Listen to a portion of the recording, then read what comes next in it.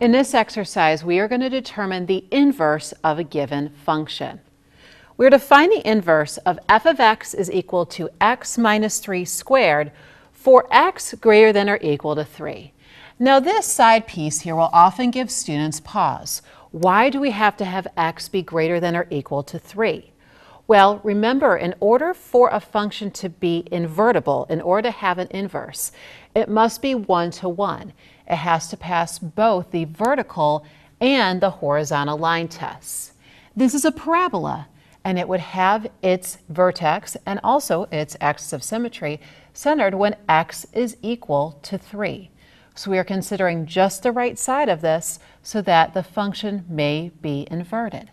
So what this means for us in particular when we're looking at this function is it is going to have a domain now, because of the restriction we placed on it, from 3 to infinity. Notice the 3 takes a bracket because we are told that x is greater than or equal to 3.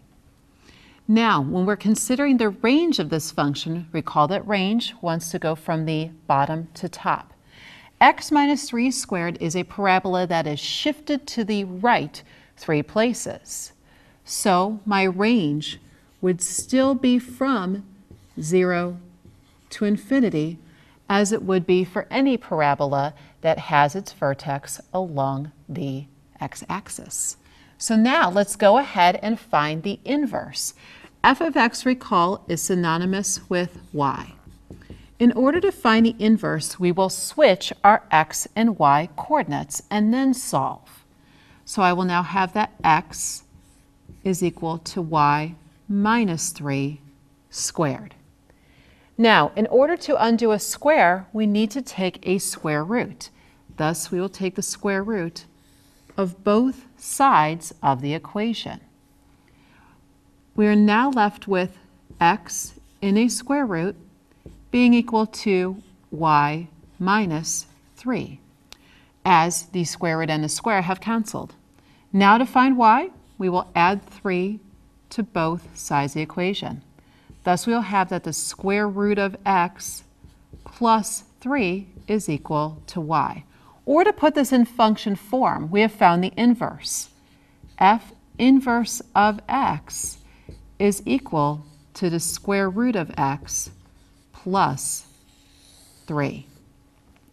Now that we have this written, let's go ahead and talk about finding the domain and the range of this particular function. The square root of x has been shifted upwards 3 places. So we are looking at a graph of a nature like this. When I look at this graph, it has a domain that is going to go from 0 to infinity in terms of the x values. The range here will begin at the starting point of 3 and continue upwards to infinity. So notice here that the domain and the range of the original function switched when we were dealing with the inverse function. We would expect this because of the switch and solve that we conducted. We swapped our x's and y's for each other. Since domain is in terms of the x's and range is in terms of the y's, we would expect these to switch as our x's and y's do. Whenever you're trying to determine the inverse of a particular function, you can use the switch and solve method in order to get your new equation.